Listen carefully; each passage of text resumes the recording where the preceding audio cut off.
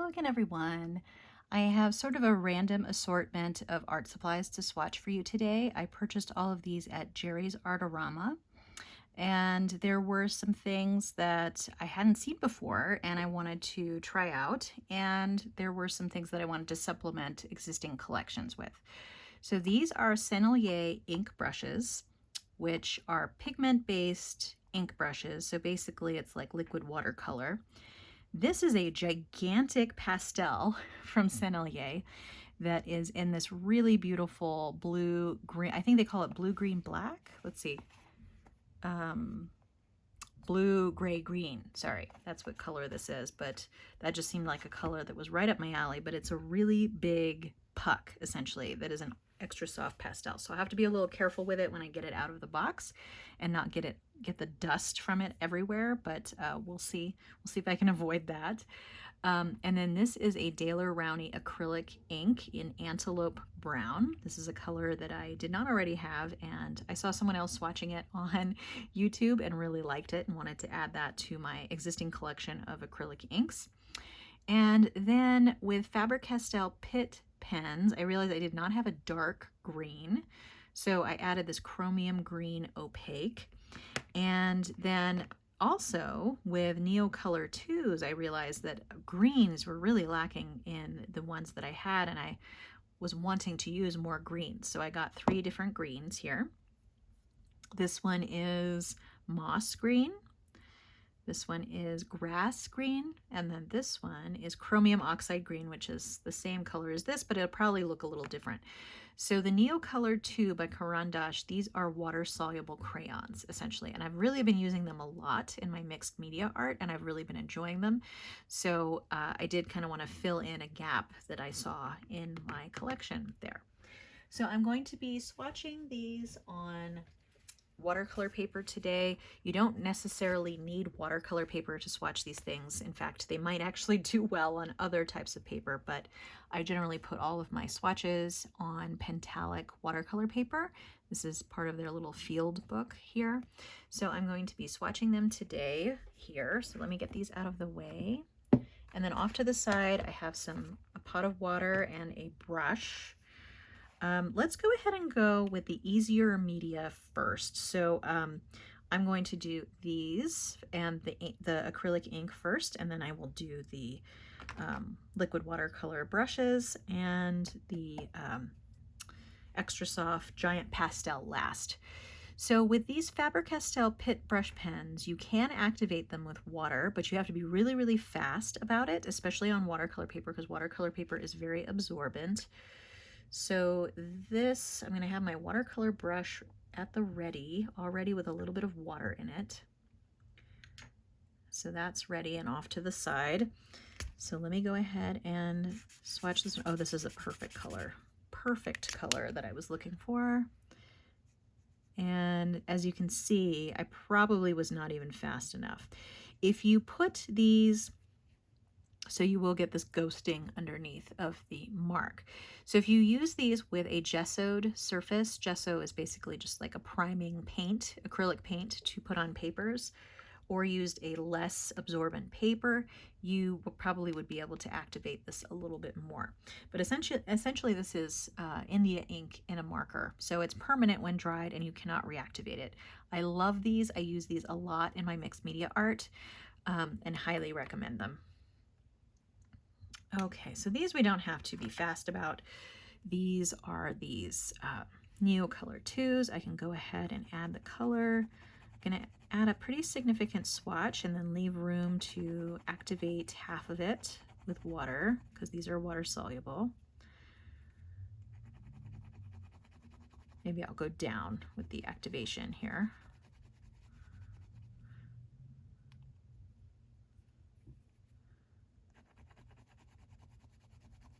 Lovely. I really like these, even as dry. You can use these dry, but you will need to seal them with something to be permanent. But if that doesn't matter to you, you can just use them as they are. Okay, that's lovely. So that's that grass green. So as you can see, it gets much, much brighter when you activate it, at least for most of these. And then this is this chromium oxide green, I believe, which is very similar to this color here. Hope I didn't get them out of order. Actually, I think this is the moss green. Pretty sure this is the moss green. And that this next one is the chromium oxide green, which is, I mean, the moss green is actually a little closer to this chromium oxide.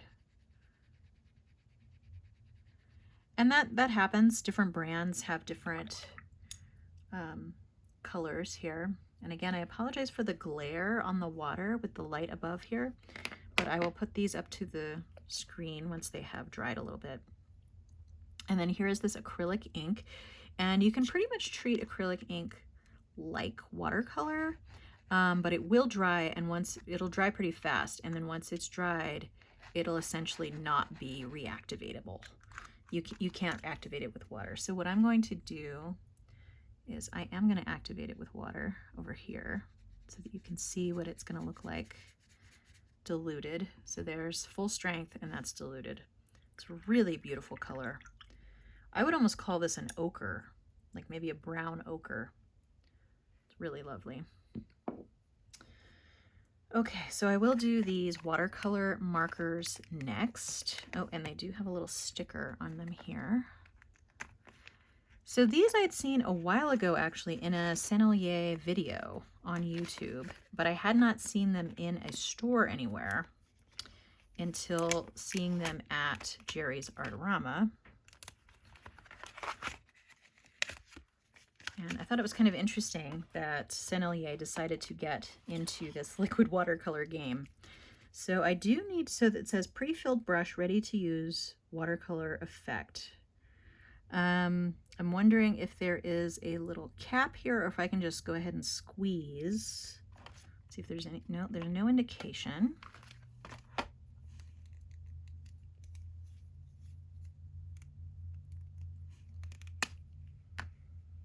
Because normally what you would do, actually, let's see, is there a little cap?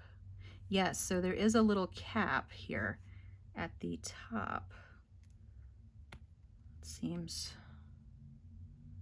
seems silly to have that there. Oh, I see. This comes off, the ring comes off, and then when I put that in there,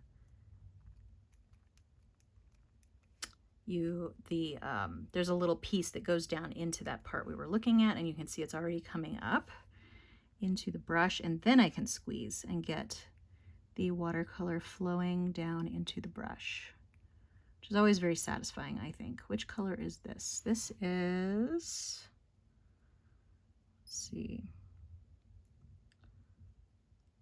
this is, I do not see what color it is. All right, guess we're on our own there. It may be somewhere on the label, but I don't want to waste all your time. Okay, and the brush tip itself is a little bit stiff.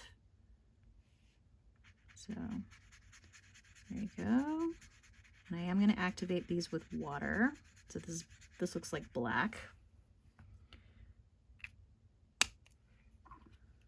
And let's see, I probably should have gone in here right after, but I kind of expected it to have a little bit of a longer active time than the Pitt pen, which it did, but you're still seeing a little bit of ghosting here. Well, now that I know how to start these, the rest should be pretty easy. Okay, so let's take off that little ring there, put that back in, tighten it, and then press. It does say that these are made in China, so just FYI, if you're expecting these products to be made in France, they are not. Okay, that's actually a really beautiful brown. And that still needs some moistening on that brush, but I'm not going to, yeah, this one activated a little bit better without as much staining underneath, but you're still seeing where I'm writing it. Okay, let's go ahead and take that ring off there. Just follow the same process for each one. Yeah, I mean, these weren't that expensive, so, and that's good, because I would say that these are probably not as good as the Ecoline brushes. Leave that there. And these will moisten up. I just don't want to take the time to do that on camera. But I still do think that the Ecoline, they have better brushes and liquid watercolor, just generally. They're probably more expensive too, though. So just something to note. Okay, and then this looks like a dark blue. That is a really bright green. But yeah, I'm kind of glad that I didn't, and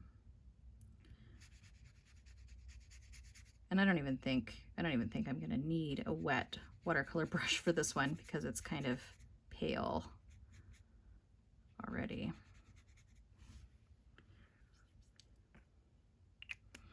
I'm glad that these weren't the first liquid watercolor brushes that I got, because I probably would be a little bit disappointed in them. Just compared, when you can also see that it's kind of pulling up the paper. I don't know if that's the brush itself, and that hasn't happened with other liquid watercolor like this. Okay, I'm just gonna put that amount on and then get in with my other brush. That red is really beautiful. Really beautiful red.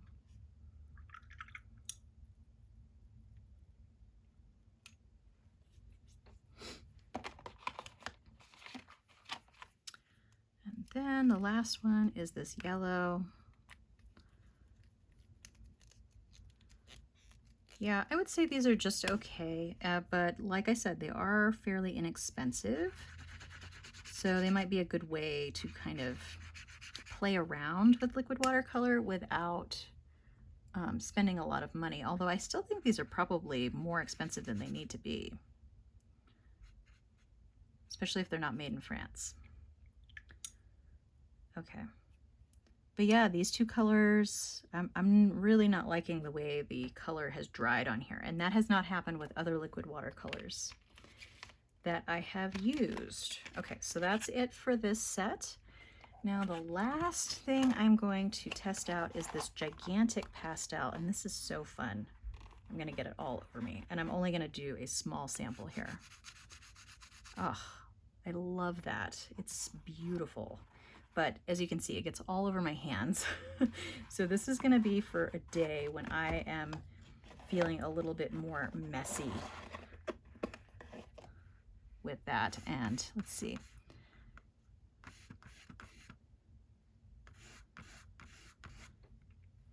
There you go. And let's go, I mean, these are not always, these Sennelier soft pastels are not necessarily supposed to be used with water, but you can use them with water and activate them, and you can kind of get some fun results. Here. Okay. And I will also activate this down here. Yeah, see, I mean, it's not considered water soluble, but you can use them with water. All right, so I will put this up to the camera real quick before I end. So you can see that really beautiful color. I really like, it's basically like a Payne's gray. And then this is not entirely dry on the dark side, but you can see the progression here, very beautiful.